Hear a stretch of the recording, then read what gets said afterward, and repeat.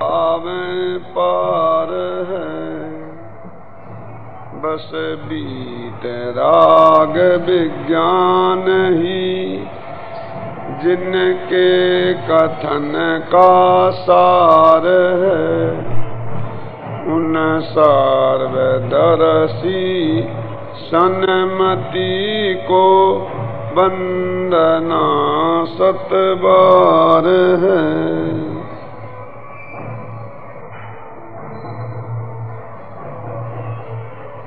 यह आत्मा स्वयं ही सर्वज्ञ स्वभावी है,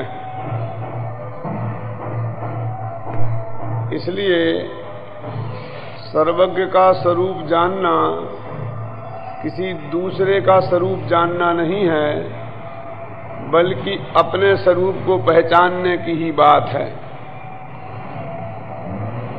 आत्मा स्वभाव से तो सर्वज्ञ स्वभावी है ही, यदि वह अपने को जाने, अपने को पहचाने, अपने में ही जम जाए, अपने में ही रम जाए, तो स्वयं भी सर्वज्ञ पर्याय में बन सकता है।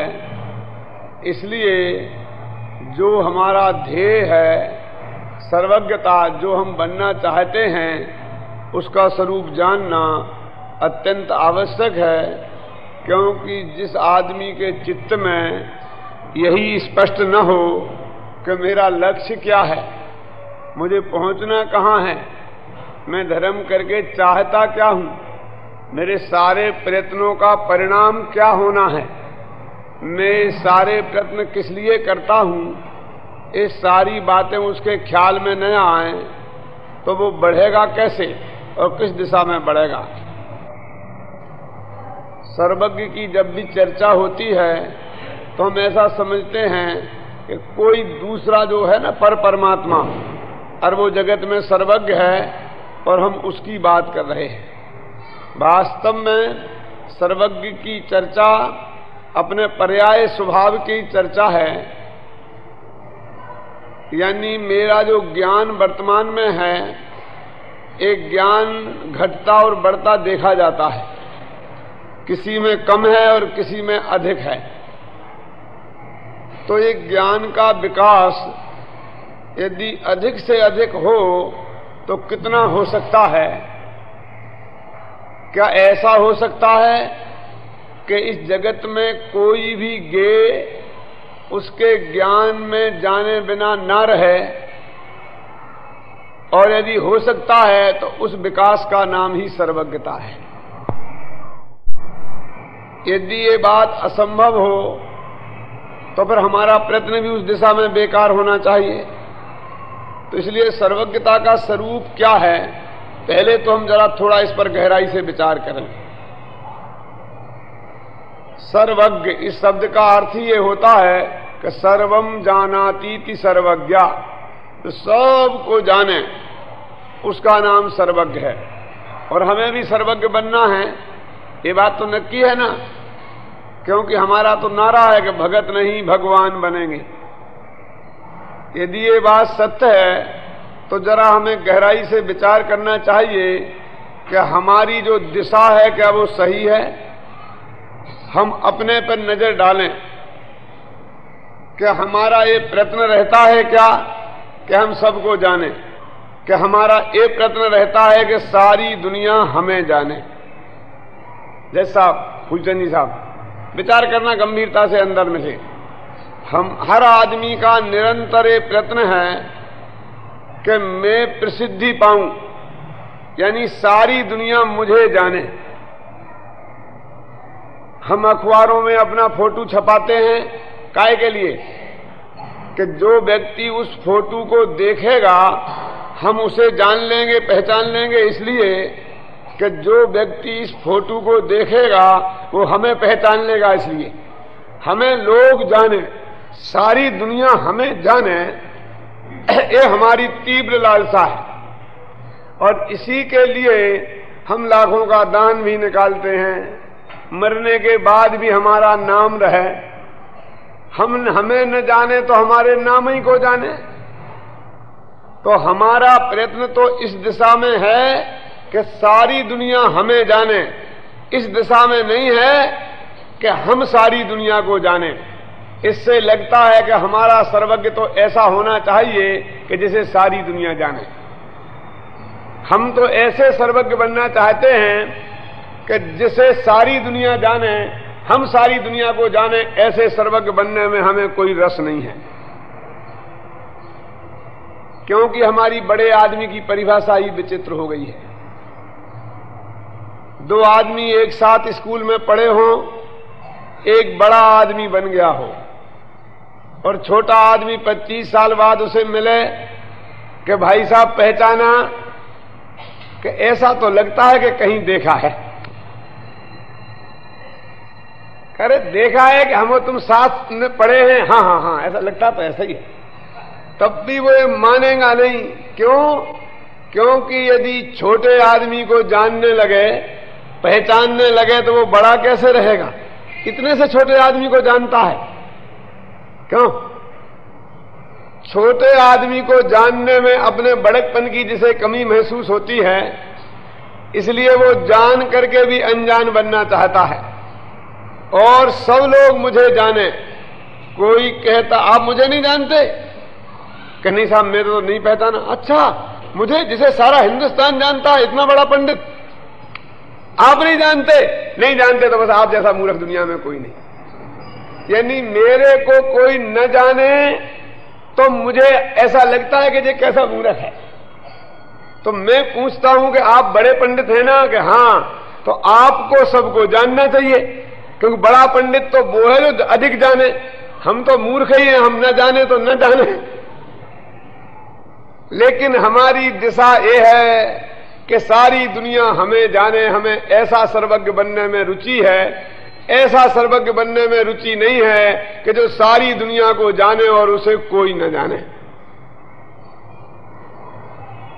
क्यों जी? कितने आदमी आपको जाने तो काम चल जाएगा? 1000 2000? कि 1000 2000 तो जानते ही हैं रजनी भाई, इससे नहीं। तो कितना जाने? 1 लाख 2 लाख? 1 करोड़ आदमी जाने तो काम चल जाएगा। बंबई का मेयर आप बन जाएं तो 1 करोड़ आदमी आपको जानने लगेगा। क्यों? नहीं साहब, इतने से काम नहीं चलेगा। तो कितना चाहिए? 5 करोड़? तो महाराष्ट्र के मुख्यमंत्री बन जाएं तो आपको 5 करोड़ लोग जानने लगेंगे। कि इतने से क्या होता है? तो पूरे 60 करोड़ लोग आपको जाने तो आपका कोटा पूरा हो जाएगा। भारत का प्रधानमंत्री बना दिया जाए कि नहीं, मुझे तो अंतर्राष्ट्रीय फिगर होना है, सारे विश्व के लोग जाने। आज सारे विश्व में 3 अरब आदमी हैं, वो आपको जाने तो आपका काम चल जाएगा कि हाँ बस बहुत ठीक, हो जाएगा काम। तो मैं आपसे कहता हूं कि आपको इतने से भी अधिक लोग जानते हैं, ये आपको पता है? क्यों? जानते कि नहीं जानते? बोलो सही, छाती पे हाथ रखकर। क्यों लोहारिया जी, जानते कि नहीं जानते? ये सारे सिद्ध भगवान हैं, वे सर्वज्ञ हैं कि नहीं हैं? और सर्वज्ञ का मतलब होता है सारी दुनिया को जाने। तो सारी दुनिया में आप हैं कि नहीं हैं? हैं तो वे आपको जानते होंगे कि नहीं जानते होंगे? बोलो जयंती भाई, जानते होंगे ना? तो वे 3 अरब नहीं हैं, शास्त्र में लिखा कि अनंते हैं। अब अनंते सिद्ध भगवान आपको जानते हैं, इसमें आपको संतोष नहीं है। क्योंकि जब हमने ये बात कही तो चेहरा और कुम्हला गया, उदास हो गए कि भगवान जानते हैं, हाय राम अब तो बड़ी मुश्किल हो गया। क्यों हो गई मुश्किल? क्योंकि भगवान तो जैसे हम हैं हमें वैसा जान लेंगे, हमारा कच्चा चिट्ठा जान लेंगे। हम ये नहीं चाहते हैं कि जैसे हम हैं कोई हमें वैसा जाने। हम तो ये चाहते हैं कि हम हैं मूर्ख और दुनिया हमें विद्वान जाने। हम तो ये चाहते हैं कि हम हैं लुटेरे और दुनिया हमें दानवीर जाने। हम तो ये चाहते हैं कि हमें पापी और दुनिया हमें धर्मात्मा जाने। हम सब लोग हमारी सच्चाई जान लें, हम कैसे हैं ये जान लें, इसमें हमारी कोई रुचि नहीं है। सब लोग हमें भला जाने, हमारी रुचि इसमें है। और भगवान तो धोखा खा नहीं सकते। भगवान तो हम जैसे हैं वैसे ही जान लेंगे। तो हमने जो चोरी चपोटियां की हैं, इनकम टैक्स, सेल टैक्स की, वो भी सब भगवान जान लेंगे। तो जानकर चेहरा कुमला गया कि हाय राम, भगवान जानते हैं, अब क्या होगा। घबराने की जरूरत नहीं है। भगवान जानते जरूर हैं, लेकिन किसी से कहेंगे नहीं।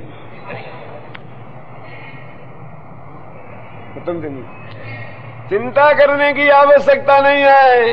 किसी इनकम टैक्स ऑफिसर से तुम्हारा कच्चा चिट्ठा कहने जाने वाले भगवान नहीं है। क्यों जी, हम हैं बेईमान और दुनिया हमें ईमानदार जाने, ऐसा तो मूर्ख ही जान सकते हैं। भगवान तो ऐसा जानेंगे नहीं।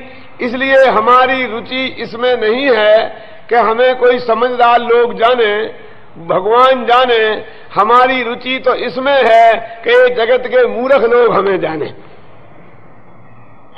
तो वास्तव में हम विचार करें कि जगत तुम्हें जानेगा।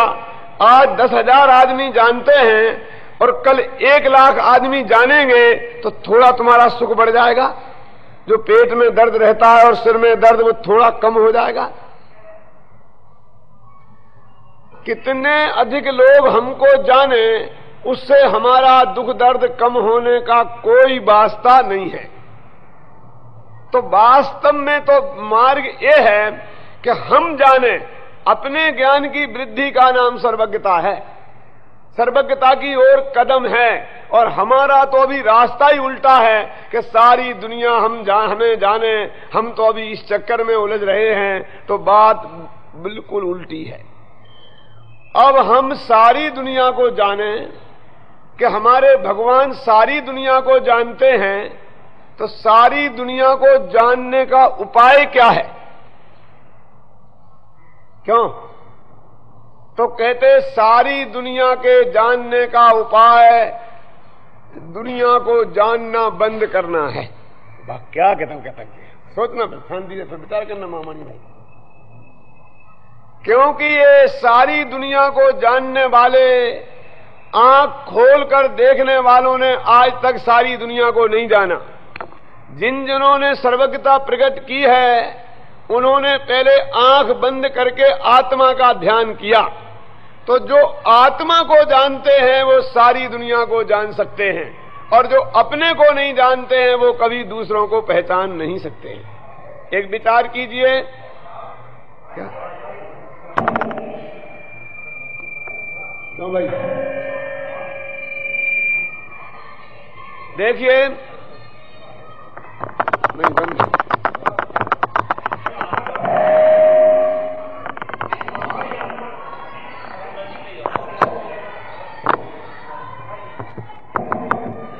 हाँ, देखना, ये हॉल को हमें देखना है। तो जब आप मेरी तरफ देखते हैं तो पिछले का हिस्सा दिखाई नहीं देता है। जब पीछे की तरफ देखेंगे तो मेरी तरफ दिखाई नहीं देगा। तो जिस आंख से आप देखना चाहते हैं उसका तो स्वरूप ही ऐसा है कि सब एक साथ दिखाई नहीं दे सकता। तो क्या करें?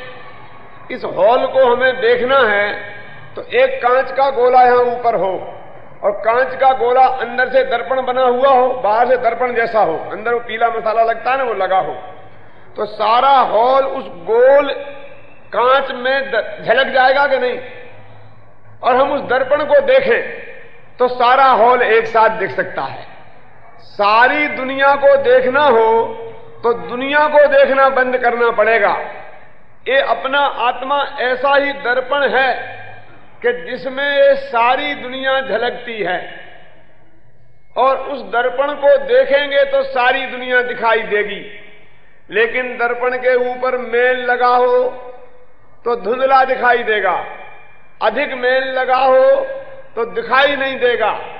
और ज्यों-ज्यों वो दर्पण साफ होगा त्यों-त्यों दर्पण में झलकने वाले सारे पदार्थ दिखाई देंगे। ऐसे यह अपना आत्मा मोह राग द्वेष से जितना मेला है तो जगत उसमें झलकता तो है लेकिन साफ दिखाई नहीं देता है। ज्यों-ज्यों इस ज्ञान दर्पण को हम साफ करेंगे त्यों त्यों ये निर्मल होगा। तो इस ज्ञान दर्पण में सारी दुनिया झलकती है, तो उसमें हमें सारी दुनिया भी दिखाई दे जाएगी। क्या हुआ? देखना है अपने आत्मा रूपी दर्पण को और सारी दुनिया दिखाई देगी। सारी दुनिया को देखेंगे तो सारी दुनिया दिखाई नहीं देगी। दुनिया को देखने का उपाय क्या है? दुनिया को देखना बंद करना। मैंने बीए में फिलॉसफी ली थी, तो वेस्टर्न फिलॉसफी में एक बहुत मनोविज्ञान का भी एक पेपर था, तो उसमें एक प्रश्न आता था बहुत महत्वपूर्ण कि अच्छी स्मृति का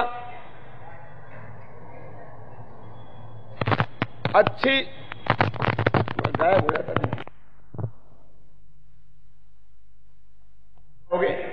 कि याद रखने का उपाय कहीं भूलना हो सकता है कि हाँ, ये जो मेमोरी नाम का जो कंप्यूटर है हमारे दिमाग में, उसकी क्षमता सीमित है कि वो इतनी चीजों को याद रख सकता है। अब हमने बहुत से कूड़ा करकट इस दिमाग में भर रखे हैं अपनी स्मृति में, बहुत सी गंदी बातें, बेकार बातें, सिनेमा के गाना, दिगंबराओं के चित्र अपने दिमाग में सेट कर रखे हैं, इसलिए वो सारा दिमाग भरा हुआ है। और बुरी बातें याद रहती हैं तो अच्छी बातों को जगह नहीं रहती है। तो हम बुरी बातें भूलेंगे तो अच्छी बातें हमें अधिक याद होंगी।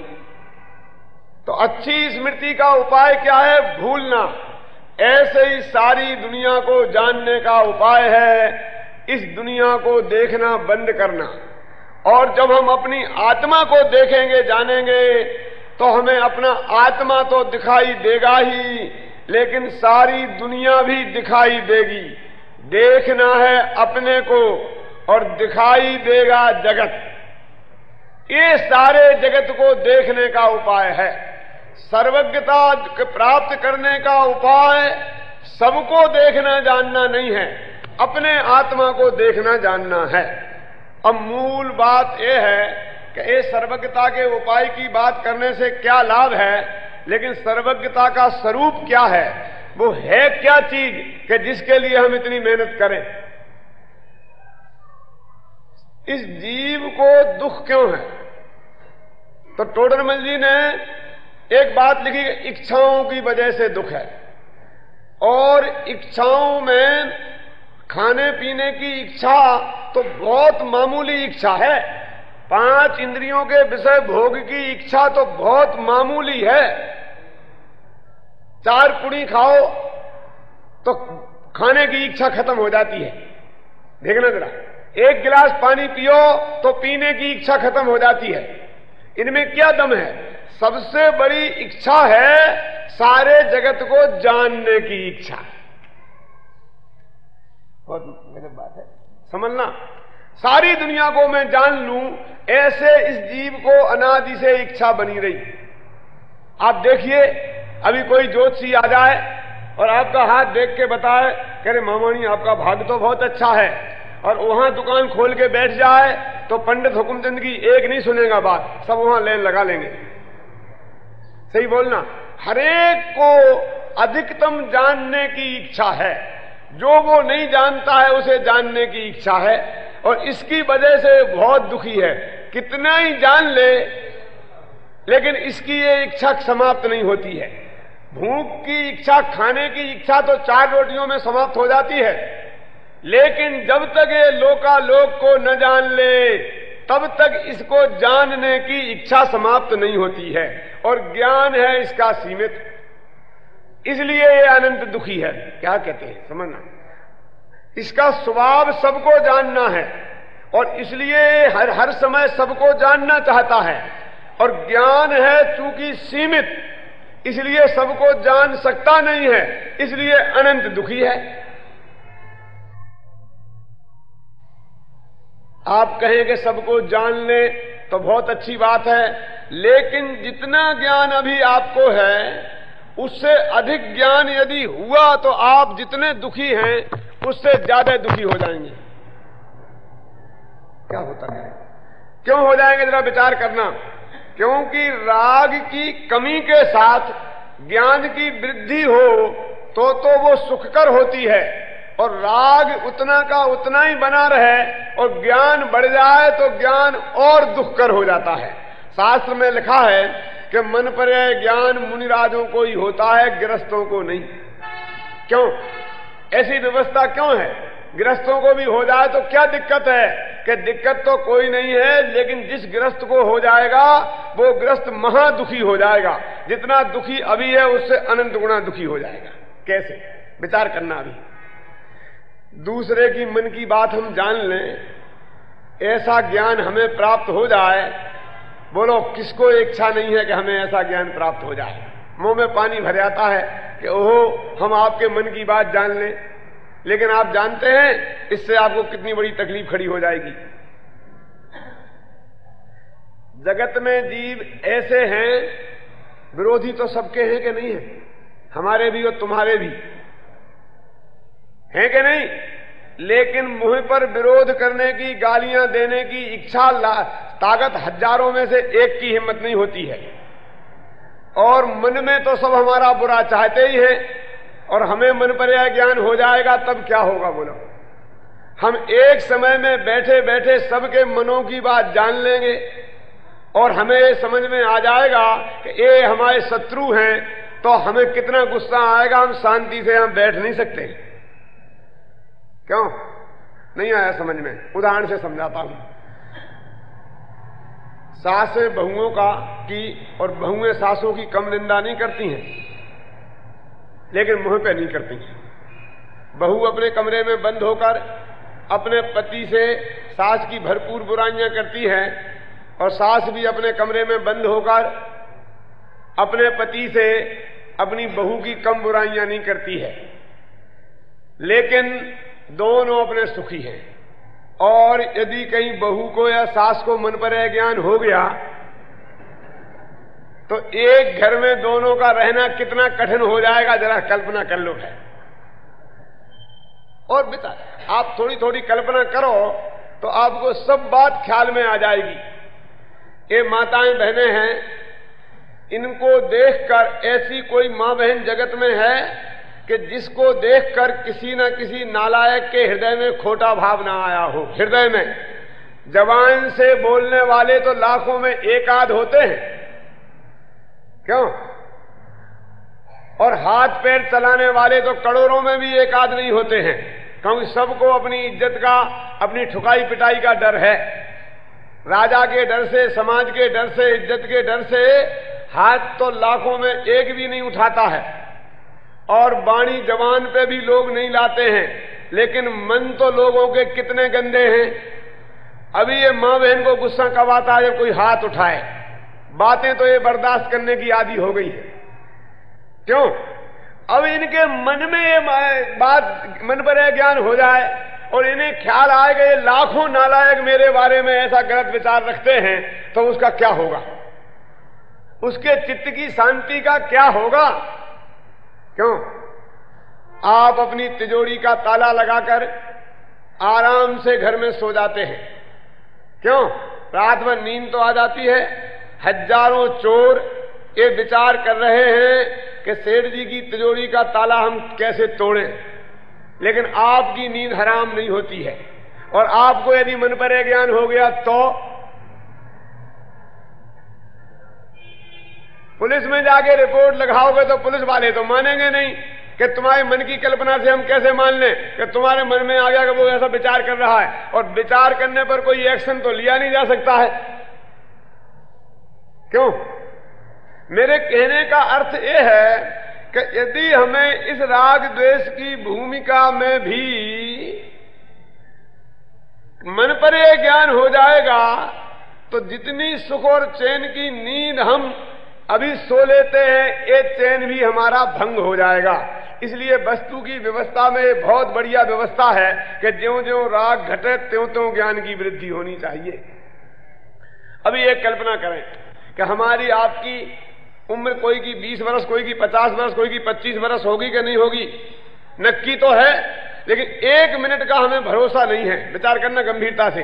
कोई माई का लाल छाती पर हाथ रखकर कह सकता है कि आप घर पर सुरक्षित पहुंच जाएंगे। चिंता मत करना, सब पहुंचने वाले हैं। लेकिन 1 मिनट के आगे का हमें पता नहीं है। कहीं रास्ते में आए, एक्सीडेंट होए, खत्म हो जाएं, हार्ट अटैक होए, वहीं खत्म हो जाएं, है नहीं, पता नहीं है 1 मिनट आगे का। लेकिन आशा तो 100 वर्ष तक की है। तो हमारे चित्त में कोई अशांति नहीं है। लेकिन अभी कोई ज्योतिषी, अभी कोई मनपर्या ज्ञानी, अभी कोई अवध ज्ञानी ये बता दे कि आपकी उम्र 10 साल रह गई है। 10 साल कम नहीं होते हैं। एक समय की गारंटी नहीं है, तो 10 साल की तो गारंटी हुई ना कम से कम। लेकिन 10 साल रह गई है, ऐसा पता चलते ही हमारी नींद हराम। बस 10 साल, बस 10 साल, न खाना न पीना, न किसी काम में मन, न प्रवचन में, न सुनने में, न सुनाने में, बस 10 साल, 10 साल है, 10 साल है। तो ये भविष्य का ज्ञान हमें अशांति पैदा करेगा कि शांति? तो भविष्य का ज्ञान किनको होना चाहिए? कि जिनकी ये भावना है कि चाहे लाखों वर्षों तक जीऊं और चाहे मृत्यु आज ही आ जावे, उनको यदि होगा ज्ञान तो उनका चित्त अशांत नहीं होगा। लेकिन हमारा चित्त तो बोलिए अशांत हो जाता है ना, तो हमारा तो वो अज्ञान ही भला। इसलिए जैन दर्शन में लिखा है कि हमारा जो भगवान होता है वो पहले वीतरागी होता है और बाद में सर्वज्ञ। बोलते हैं वीतराग सर्वज्ञ हितंकर, क्योंकि ज्ञान की वृद्धि राग की हानि में ही सुखकर हो सकती है। राग भी बढ़े और ज्ञान भी बढ़े, कभी सुख होगा नहीं।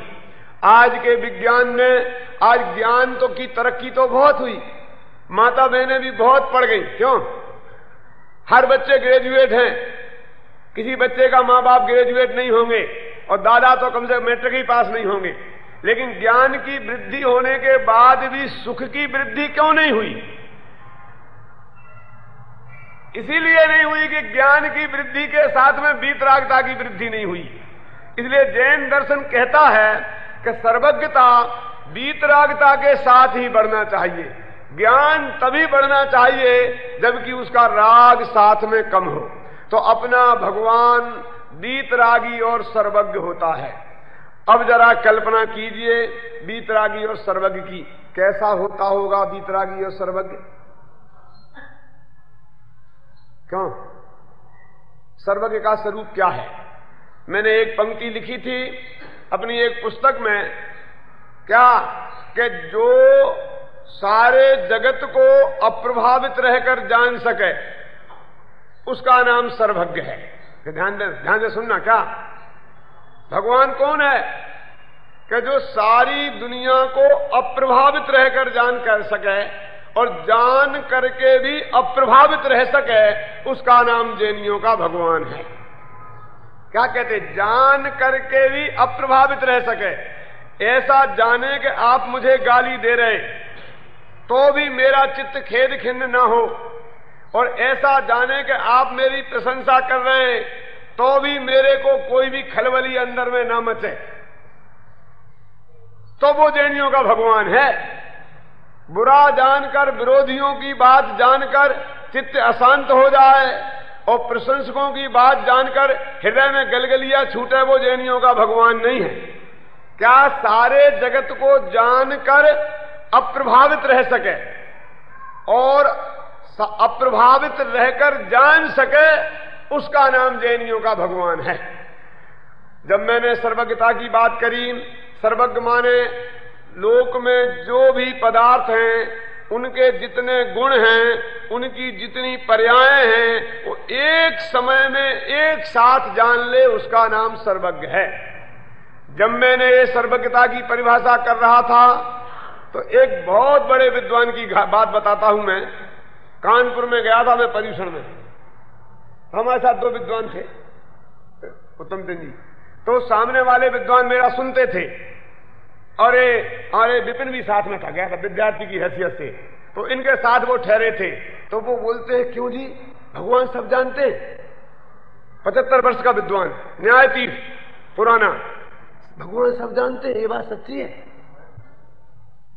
क्या पंडित जी क्या बात करते हो? आप आज पूछ रहे थे कि भगवान सब जानते हैं, तो वो बोले कि जो औरतों यानी तुम्हारा चित्त गया कहां?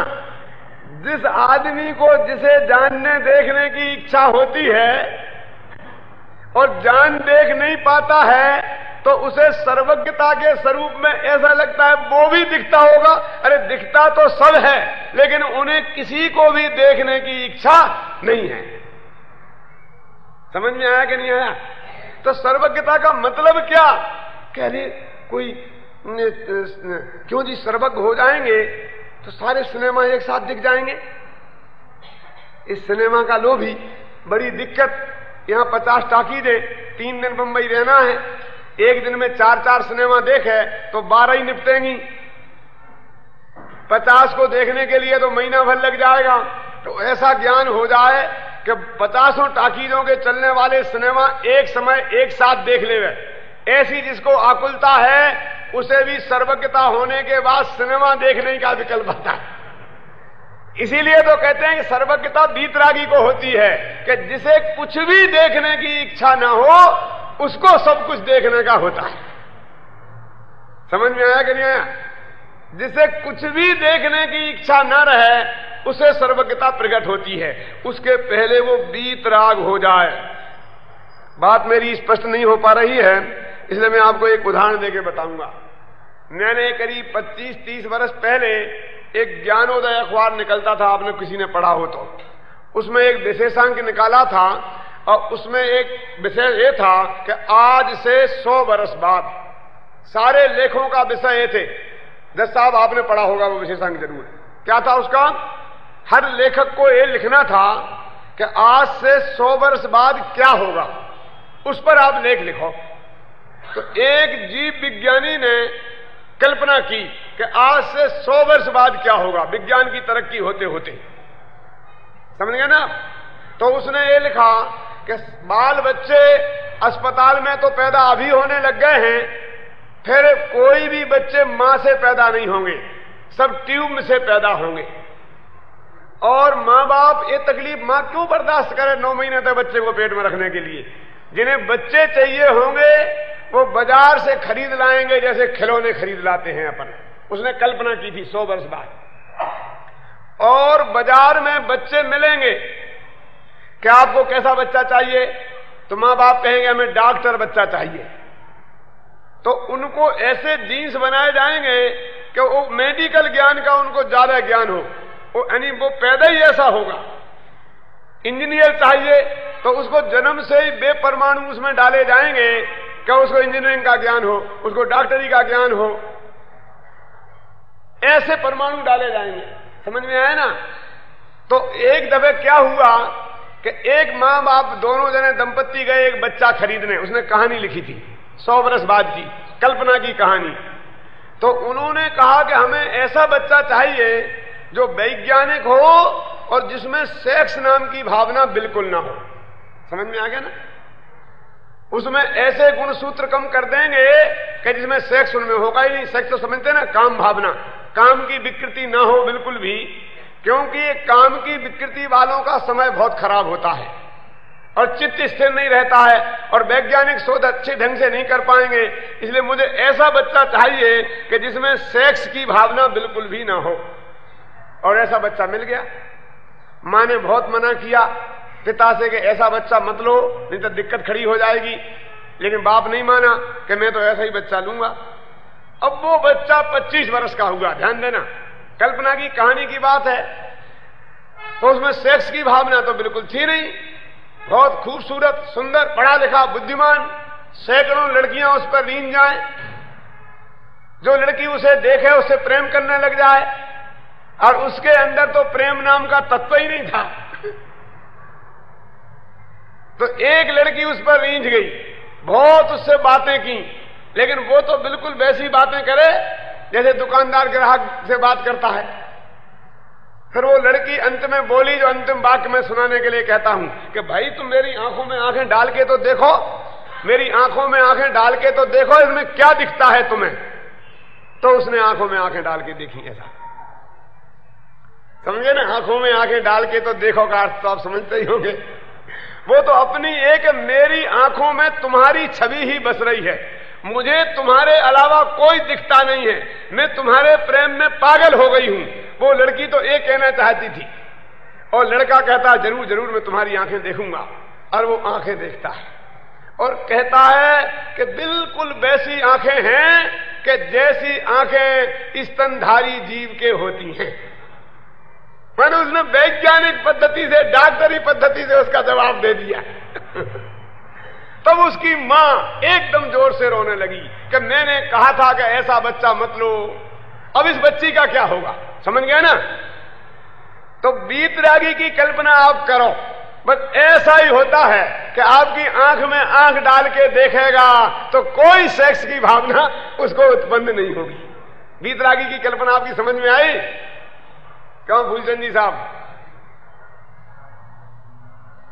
सुंदर वस्तु देखकर जिसका मन कहीं ललचाए नहीं, बुरी वस्तु देखकर जिसके हृदय में घृणा पैदा न हो, उसका नाम भगवान है। शायद जैनियों का भगवान आपको पसंद ही नहीं आए, इसलिए मैं बताना नहीं चाहता हूं सारी पोजीशन उसकी। वीतरागी और सर्वज्ञ भगवान कैसा होता है इसकी आप कल्पना नहीं कर सकते हैं। कराऊं थोड़ी सी कल्पना? कराऊं? अभी एक यहां बच्चा हो, आपका हो तो बहुत अच्छी बात है, ना हो तो भी कोई बात नहीं है, और अपने यहां शांति से सब बैठे हों और वहां 10 फुट ऊपर से गिरे और उसका माथा फट जाए, क्या होगा बोलना? सब लोग दौड़ेंगे, जल्दी अस्पताल ले चलो। और जो बिल्कुल हिले ही नहीं अपनी जगह से, देखता रहे खून बहता हुआ, उसका नाम जैनियों का भगवान है। बर्दाश्त चाहिए ऐसा भगवान? क्या करें? समझ में आया कि नहीं आया? रवाड़िया जी नहीं है? क्यों? कि उसके तो राग होगा ही नहीं, उसको कोई नहीं होगा, कर्ता करने की भावना ही कुछ नहीं होगी कि साहब ऐसा भगवान ऐसा है कि हाँ है कि नरक में लाखों जीवों को कितनी पीड़ा हो रही है और स्वर्ग में वो मोक्ष में बैठा भगवान जान रहा कि नहीं जान रहा? बोलो। यदि वो ऐसा दौड़ने लग जाए तो नरक ही नरक में रहे और हर एक को बचाता ही बचाता फिरे। वीतरागी की कल्पना समझ में आई? सर्वज्ञ भी है, सब कुछ जान रहा। एक बिल्ली चूहे को मार रही है, यहां आपके सामने बिल्ली चूहे के पीछे भागे, आप प्रवचन छोड़ के भागेंगे कि नहीं भागेंगे बचाने के लिए? और नहीं भागे तो वो जैनी नहीं, और भागे तो जैनियों का भगवान नहीं। सोच लेना भाई, जंगल में शेर हिरण के पीछे भाग रहा है, भगवान तो अनंत वीर का धनी है। यदि उसको एक करुणा उपजे, ऐसा राग होए तो बचा लूं, तो दौड़ के बचाएगा कि नहीं बचाएगा? नहीं बचाएगा।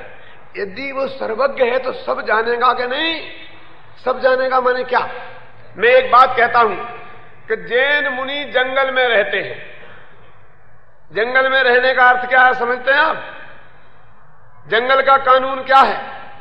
नगर और जंगल में फर्क क्या है? जंगल माने जहां पांचों पाप खुले मैदान में होते हैं, जरा समझना। और नगर माने जहां पांचों पाप छिपकर होते हैं। इतना ही फर्क है नगर और जंगल। हो तो पाप तो सब जगह होते हैं, समझे ना? अभी एक मुनिराज जंगल में पांचों पापों होते देख करके भी जिसका चित्त विचलित ना हो वो जैनियों का साधु है। भगवान तो कैसा होता होगा? जंगल में मुनिराज ध्यान करने बैठे हैं, सर्वज्ञ के स्वरूप की प्रश्न ने रख दिया, और जयंती भाई रास्ते भर कहते थे कि भाई यहां पर सब नए नए लोग होंगे, सरल करना सरल करना। मैं तो बहुत धर्म संकट में फंस गया। अब ये जैन अध्यात्म स्टडी सर्कल वाले मेरे से पूछते तो है ही नहीं, विषय पहले ही रख देते हैं और समझते हैं पंडित जी तो हर विषय में बोलेंगे ही। वो रास्ते भर इंजेक्शन देते आए, सरल लेना सरल लेना, और इनने कठिन सब्जेक्ट कर दिया। मैं जयपुर में महीने भर तक व्याख्यान किए मैंने सर्वज्ञता पर। सर्वज्ञता का स्वरूप की कल्पना तो करो आप। जंगल के कानून की बात आपसे बता रहा था कि वहां मुनिराज ध्यान करने बैठे हैं और एक जीव भगेगा और दूसरा जीव पकड़ के उसे मार के खाएगा वहीं सामने। यदि मुनिराज ऐसे दयालु हो, वीतरागी नहीं हो, तो रोजीना बचाते ही बचाते रहे। क्यों?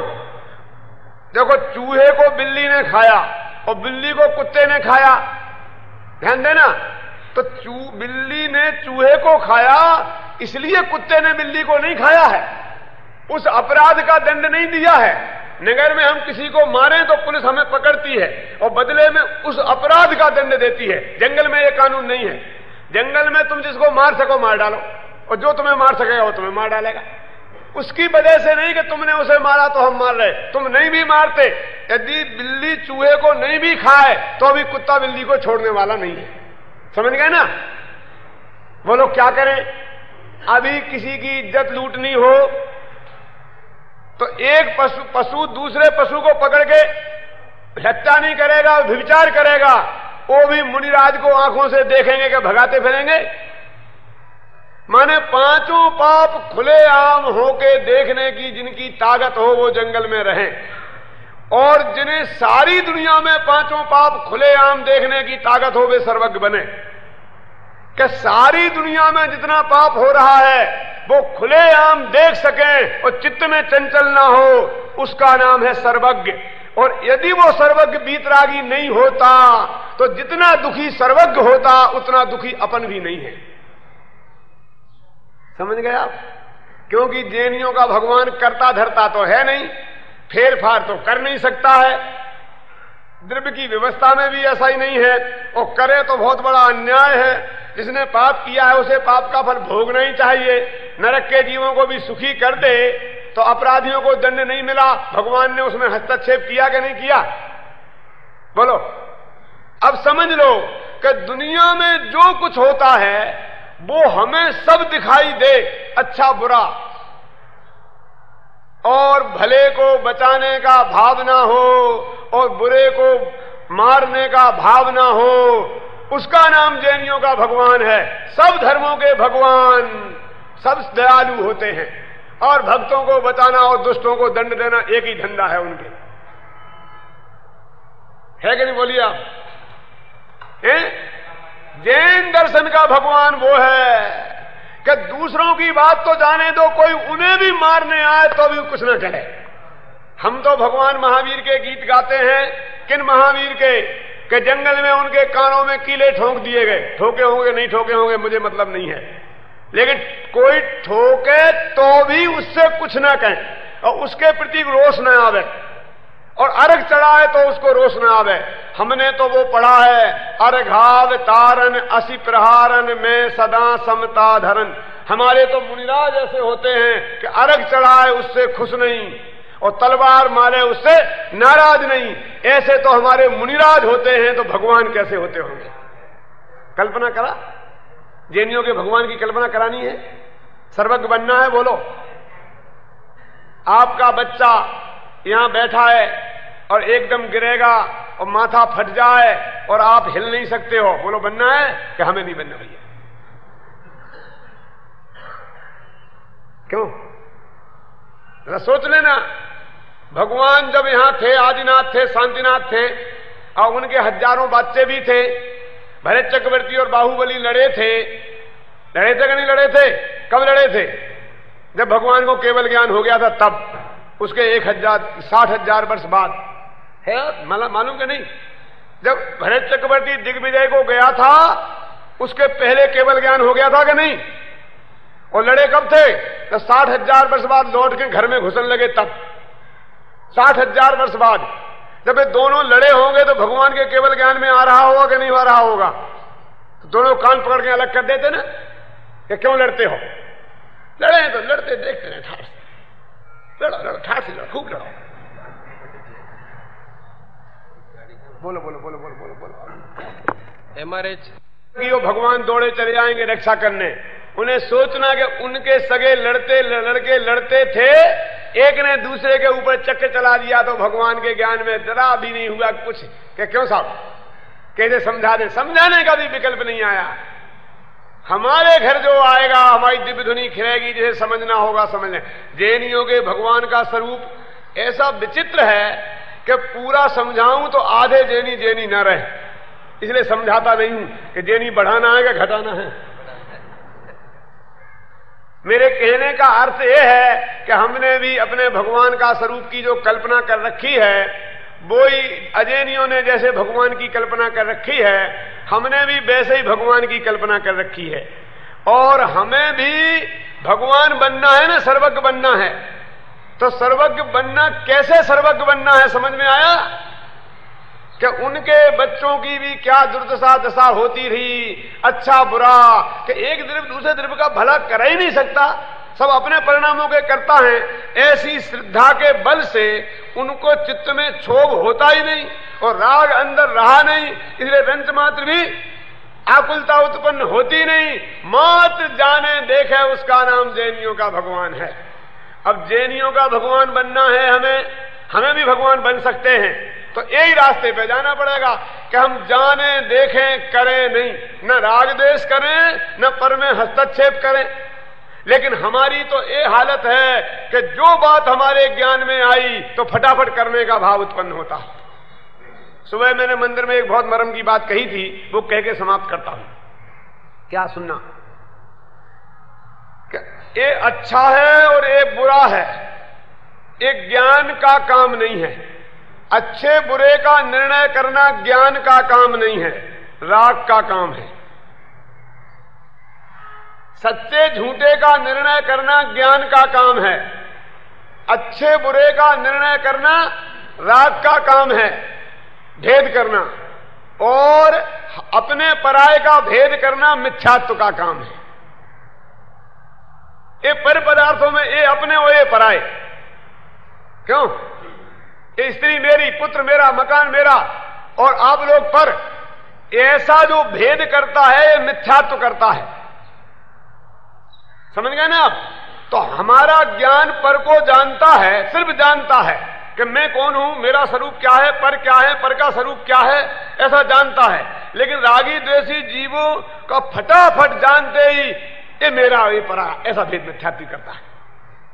देखो एक घड़ी देखी ना, तो ज्ञान ने घड़ी देखी, ज्ञान कहेगा घड़ी है और मिथ्यात्व कहेगा मेरी है कि तेरी है। समझ गए ना आप? और राग कहेगा अच्छी है, बुरी है। समझ गए ना? ये जो अच्छी और बुरी का सवाल कौन करता है? राग निर्णय करता है। ये हमारा अच्छी बुरी का निर्णय राग देता है, अपनी पराई का निर्णय पर पदार्थों में मिथ्यात्व करता है। ज्ञान तो सिर्फ जानता है। नहीं आया उदाहरण के समझ में?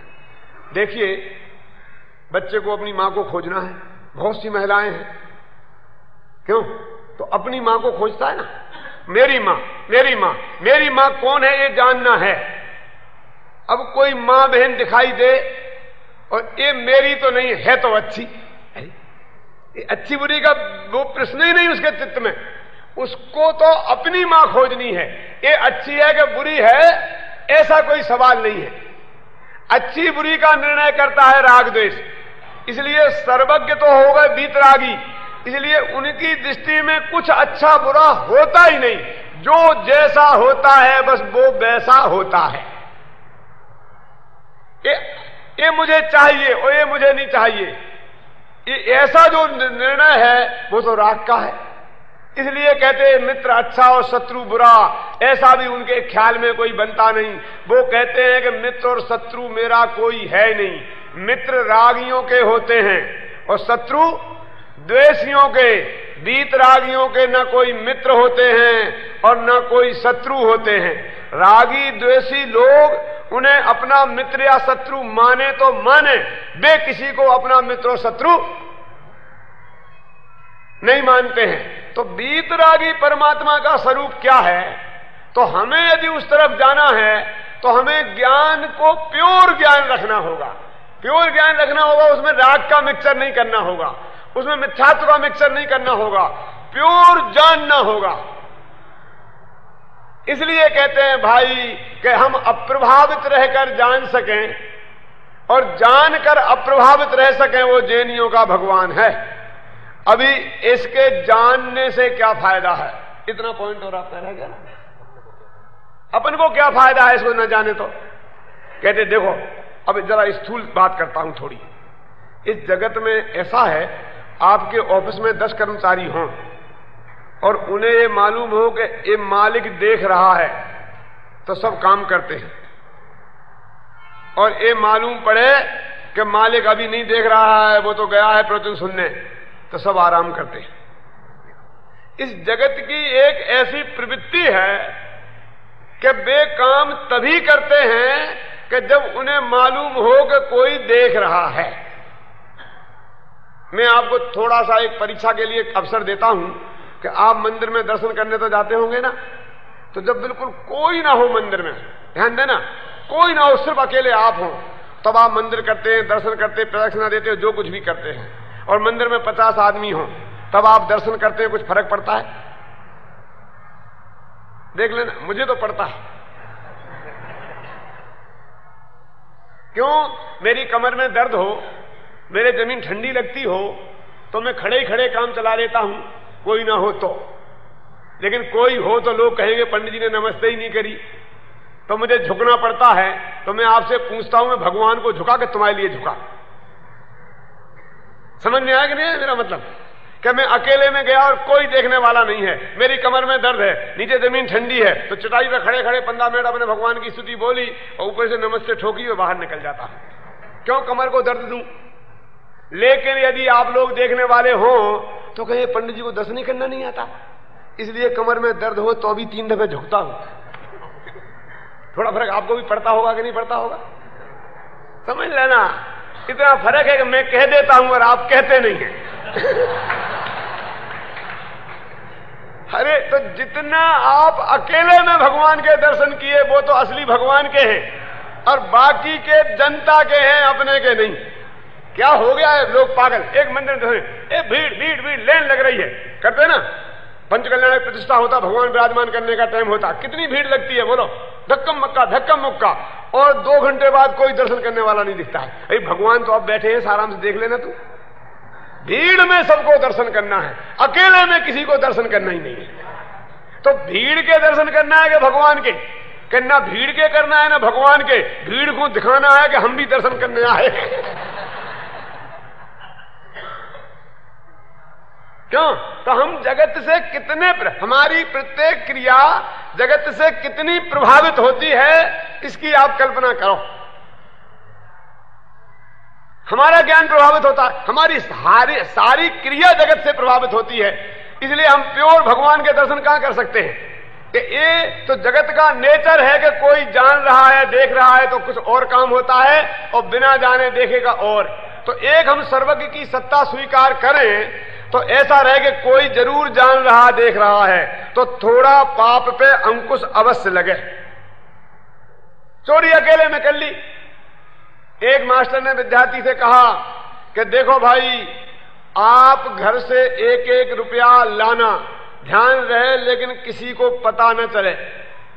अथवा ऐसा है कि उन्होंने एक मुर्गा दिया, काय का, आटे का, कि इस मुर्गे की टांग तोड़ लाओ, लेकिन ध्यान रखे कोई देख ना रहा हो ऐसी जगह। तो सब बच्चे गए, फटाफट कमरा बंद किया तो टांग तोड़ी और लेके आ गए। एक आदमी आया, बच्चा, 2 घंटे परेशान हो गए। क्यों? कि तुमने नहीं तोड़ पाई? कि नहीं तोड़ पाई। क्यों? कि आपने कहा था कोई देख ना रहा हो। ऐसी जगह मुझे कोई मिली नहीं, क्योंकि जहां मैं गया और टांग तोड़ने की कोशिश की तो पता चला कि मैं ही तो देख रहा हूं, और दूसरे भगवान देख रहा है सर्वज्ञ। इन 2 आदमियों से खाली जगह मुझे कहीं नहीं मिली कि एक भगवान देखता था और एक मैं देखता था। मूर्ख लोग जरूर नहीं देख रहे थे बाकी के। तो भगवान देख रहा है, इतना भरोसा हो जाए सर्वज्ञता का, तो थोड़ा हमारे पापों पे अंकुश लगे। पहला फायदा स्थूल। अब दूसरा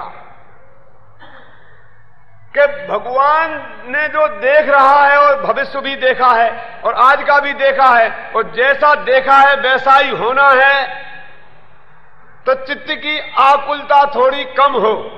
क्योंकि जो होना है, जो केवल ज्ञानी ने गाया है वो ही होना है, ऐसा भविष्य का और भूत का भरोसा हो जाए तो ऐसा कर दूं और ऐसा क्यों हुआ, ऐसा चक्कर जरा कम हो।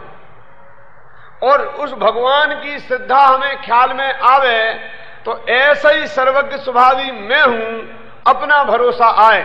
जैसा कि प्रवचन सार की 80वीं गाथा में कहा है कि जो जानदि अरहंतम दब्बत गुणत पद्यत ते ही सो जानदि अपाणम मोह खलु जादि तस्य लयम। तो ऐसे ही मेरा आत्मा स्वभाव है। मेरा स्वभाव जानना देखना है, बीतरागी रहकर जानना देखना है, पर का करना धरना रंच मात्र भी मेरा स्वभाव नहीं है। तो ऐसा उस सर्वज्ञता की श्रद्धा से उसे अपने स्वभाव का भान हो। इसलिए भाई सर्वज्ञता तो अपना स्वभाव है, ये किसी दूसरे की बात जानने की बात नहीं है, ये तो अपना ही स्वभाव जानने की बात है। जैसा कि मैंने महावीर पूजन में लिखा है कि भूतकाल प्रभु आपका यह मेरा वर्तमान, और वर्तमान जो आपका यह भविष्य मम जान। जैसे आप भूतकाल में थे वैसा मैं अभी हूं। भूतकाल जो आपका वह मेरा वर्तमान, और वर्तमान जो आपका वह भविष्य मम जान। और जैसे आप आज हो ऐसा मैं कल बनने वाला हूं। इसलिए मैं आपके ही समान हूं, मैं स्वयं भगवान हूं। भगवान का स्वरूप पहचानने से अपनी भगवत्ता का ख्याल आता है, तो पर्याय में से पामरता निकलती है, स्वभाव का भान होकर सच्ची सुख शांति प्रकट होती है। इसलिए सभी आत्मा सर्वज्ञ भगवान को पहचाने, अपने सर्वज्ञ स्वभाव को जाने, और सर्वज्ञ की परिणति कैसी होती है इसे जानकर सर्वज्ञ के समान ही स्वयं सुखी हों। इस पावन भावना के साथ मैं अपनी बात समाप्त करता हूं।